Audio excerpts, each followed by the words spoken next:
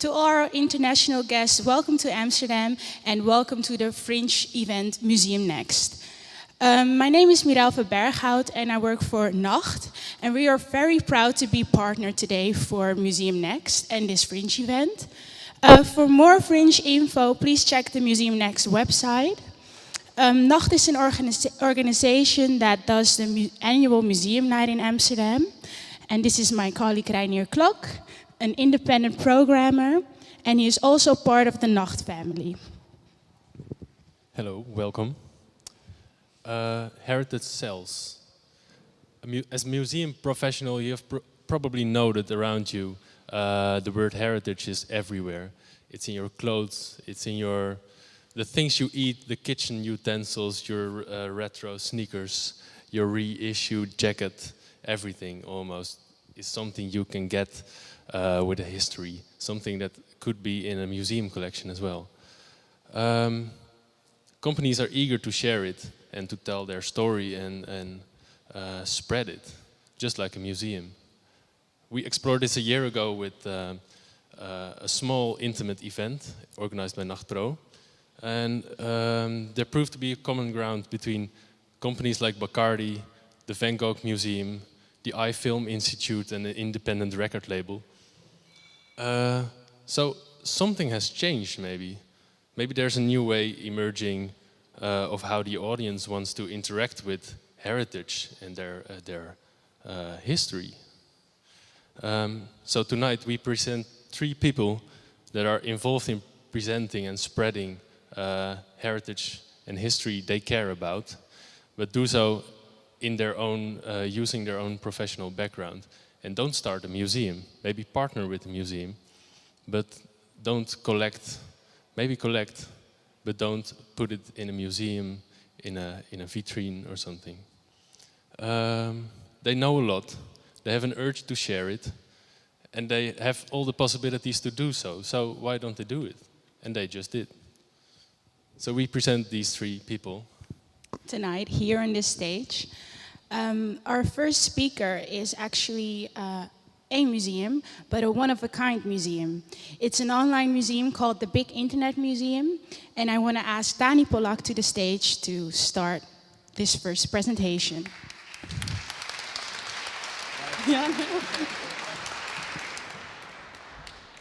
Hi.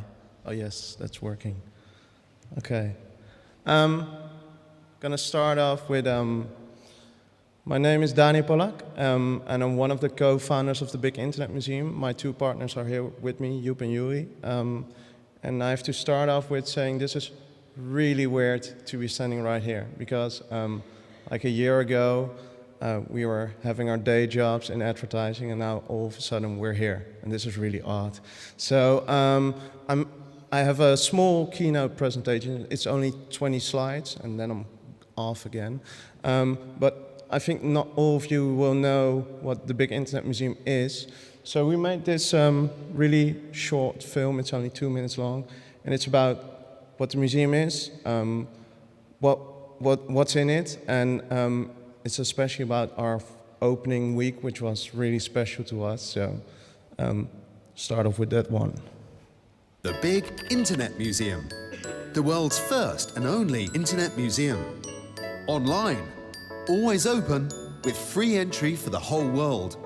In the museum, you can find out all about ARPANET, Nyancat, AltaVista, Google, Netscape, Minecraft, and all the other milestones that have made the internet into what it is today. It's not a traditional museum in a Victorian building with a long queue to the cash desk, but there are still a lot of similarities.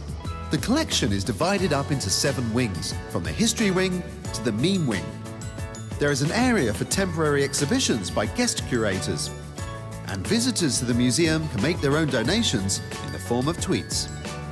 Visitors are also welcome to put forward exhibits for inclusion in the museum themselves. Anyone can vote for a new exhibit, and if it wins enough votes, it will be included in the permanent collection. So each and every visitor can also become a curator of the Big Internet Museum. And it all went viral from the word go. From the first moment we opened our doors, about 40 tweets about the museum were published every minute.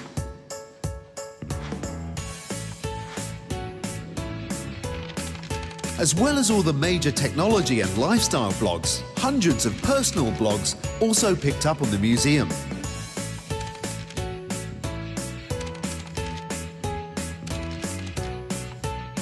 Traditional news media all over the world gave us widespread coverage, from television The Big Internet Museum. Que é muito simples, né? As páginas são tão bonitas. Una iniciativa que nació en Holanda. Vamos a conocer el Museo de Internet. to radio. Adres The Big Internet Museum. Het is allemaal terug te vinden in The Big Internet Museum. TheBigInternetMuseum.com. And from magazines to newspapers. In our opening week alone, we received over 200 new exhibits from the public and more than 79,000 unique visitors, each exploring the museum for an average of 2.5 minutes. And it's still buzzing today. Want to get involved too? Our doors are always open.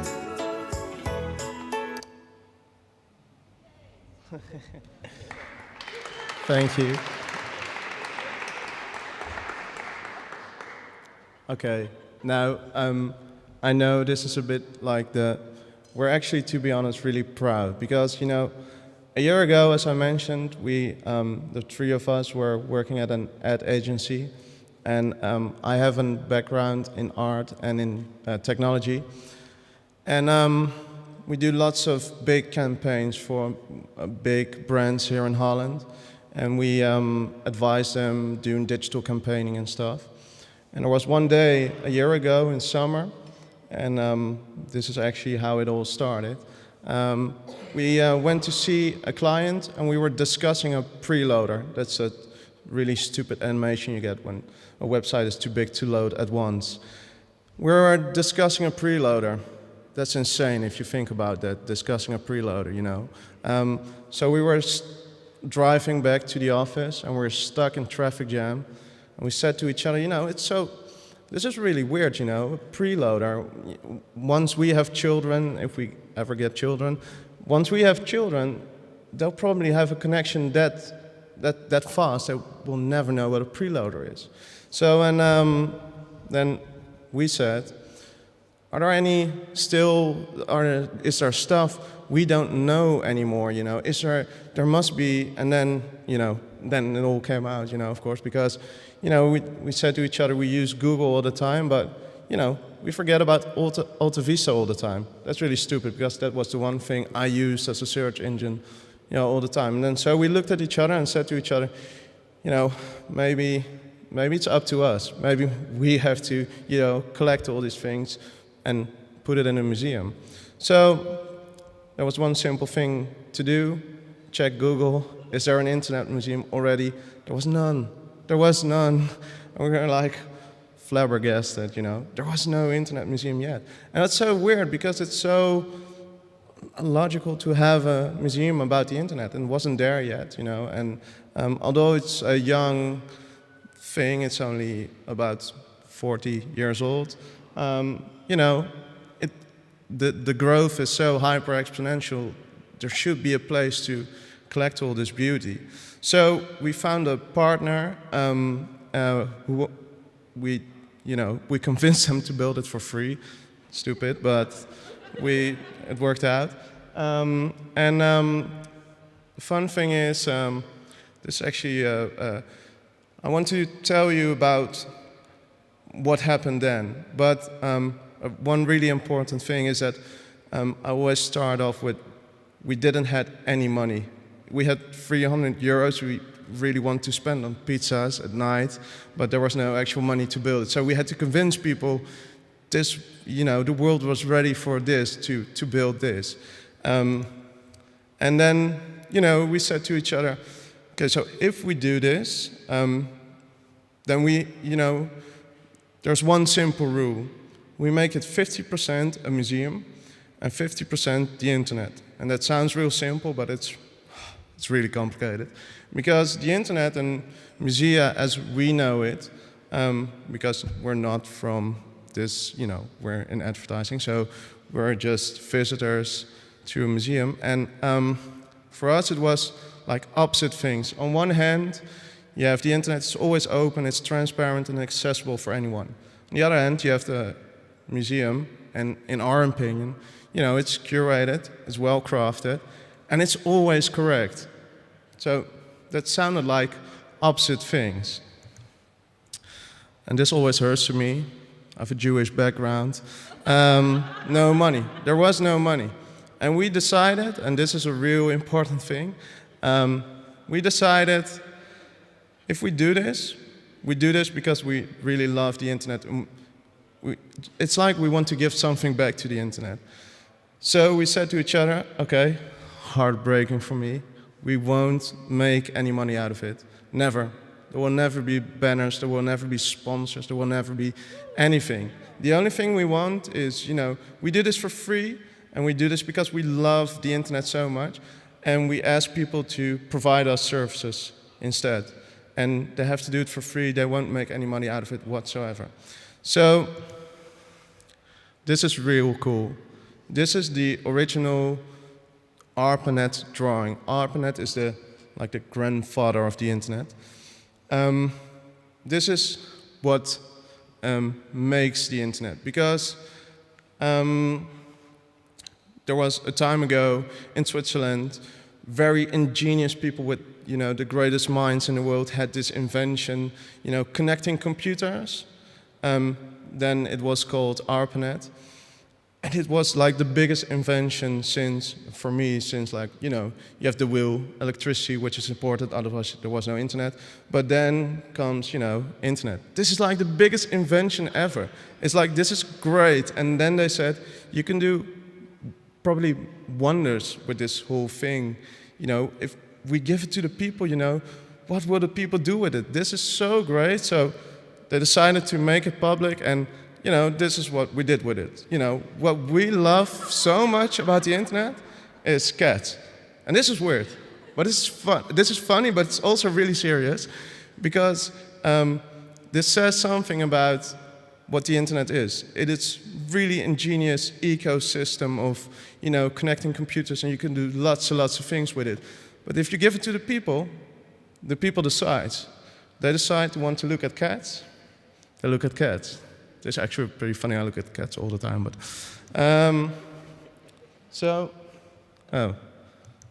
all right. So, we said to each other, this is weird, because we have two opposite things, but we want to do it this way. 50%, you know, is a museum, and 50% it's the internet.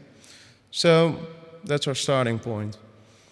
But then, if you look at the internet, and this is the trick, I guess, if you look at the internet, it's divided into two separate things. On one hand, and this is like basic stuff, on one hand you have entertainment, on the other hand you have information. You can get lots of stuff from Wikipedia or Google or whatever. That's because you want information, and on the other hand you have mainly cats as entertainment. So those are two very important things. And we said to each other, if we do this, and if we want to make this a success, then we have to do it this way. You know, 50% information, 50% entertainment. So everything we do in the museum is very well crafted. That's not up to me to say, because I designed the whole thing, but we designed everything by hand. We spent lots and lots of weekends, nights, relationships, everything. Everything is gone now, but we have this, so that's awesome. No, not we spent a humongous amount of time on research. We spoke to lots of people who were really interested to help us. We spent all the time we have on research. Everything you find in the Big Internet Museum is correct. There's, you know, and if it's not, people tell us, and we'll, you know, make sure it's correct. Every date, every name, everything. So that's the information part. Now comes the entertainment part. Because we said to each other, we don't want to be like this real formal museum. You know, we want to have fun, you know, it should be fun. So everything in the museum is also fun.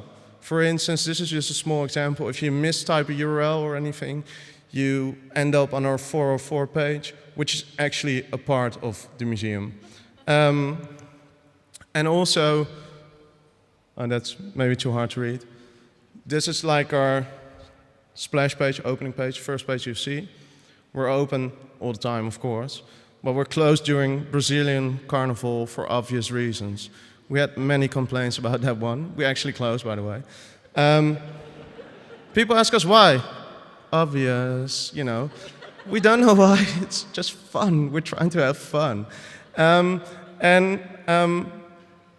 when we started it, you know, we showed it to a lot of people, and they said, "Dude, come on, you're a museum. You have to be serious." And I said, "But we are, you know. Everything you find in there is true. It's all written there, and it's all true. But we're trying to have fun."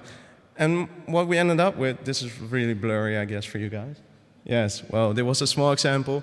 This was like the first week we got an email from a guy, a Canadian guy, and he said, "You guys can have a free carnival stay at my beach condo in Brazil." And he was not joking. So, you know, and this was actually pretty funny, because what we did was we showed people, we replied to everything, every email, every tweet, every Facebook message, anything. Because we're just three guys with a real big passion for the internet. And we're not, you know, a company trying to make money. So, and people felt that, and they were eager to help us, you know, because they had something like, you know, we share the same passion. We want to help you guys. And what's so cool, we had lots of emails from people saying, "I really love the museum, but I don't speak any English." I was like, all right. But they said, you know, could you please translate it? And we're really open and honest, and we also, you know, tweeted about it. We don't have the time yet to do that. Almost, you know, 2 of our relationship broke, and there's only 1 left. So there's no time yet, not now. So, and this really happened, and this is so cool. There were like 4 people sending us an email saying, "I love the museum so much, I single-handedly translated the whole museum into my own language." So now there's just ready for us to implement, and we will do that end of the year, you know, a German, French, Brazilian, and Turkish translation, which is really cool. We didn't even ask for it. And, well, this is just, I'll do this a bit quicker. We also, you know, of course, we wanted to not do this by ourselves, so we asked the people to bring in new exhibits. We got real motivated emails, and then people could vote on it. We got hundreds of people proposing new exhibits. We got thousands of votes. We got so much new exhibits for lots and lots of stuff. The only problem we get, and that's, we're always trying to be honest, we got a lot of spam into our email box.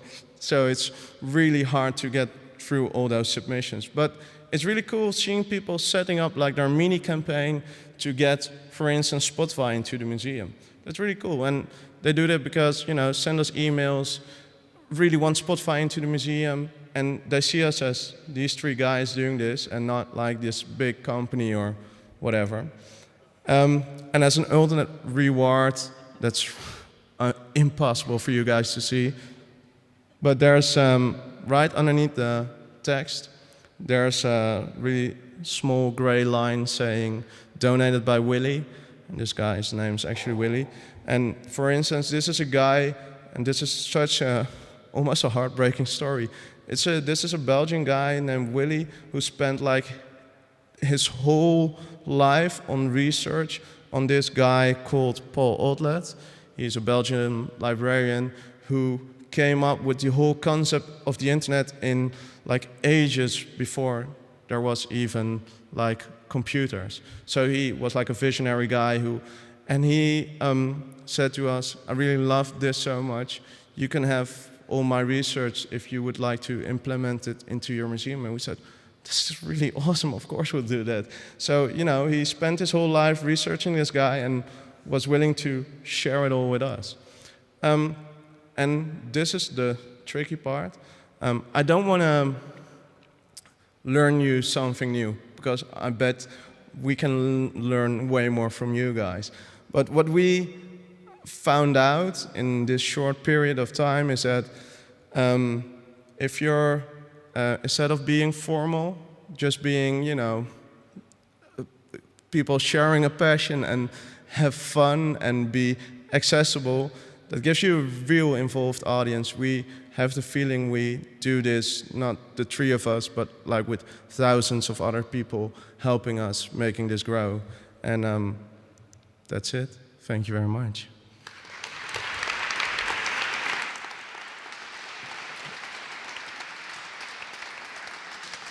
Thank you, Dani, on how being an accessible authority can give you entry to a beach house in Brazil. Any questions? All right. Let's continue with, one.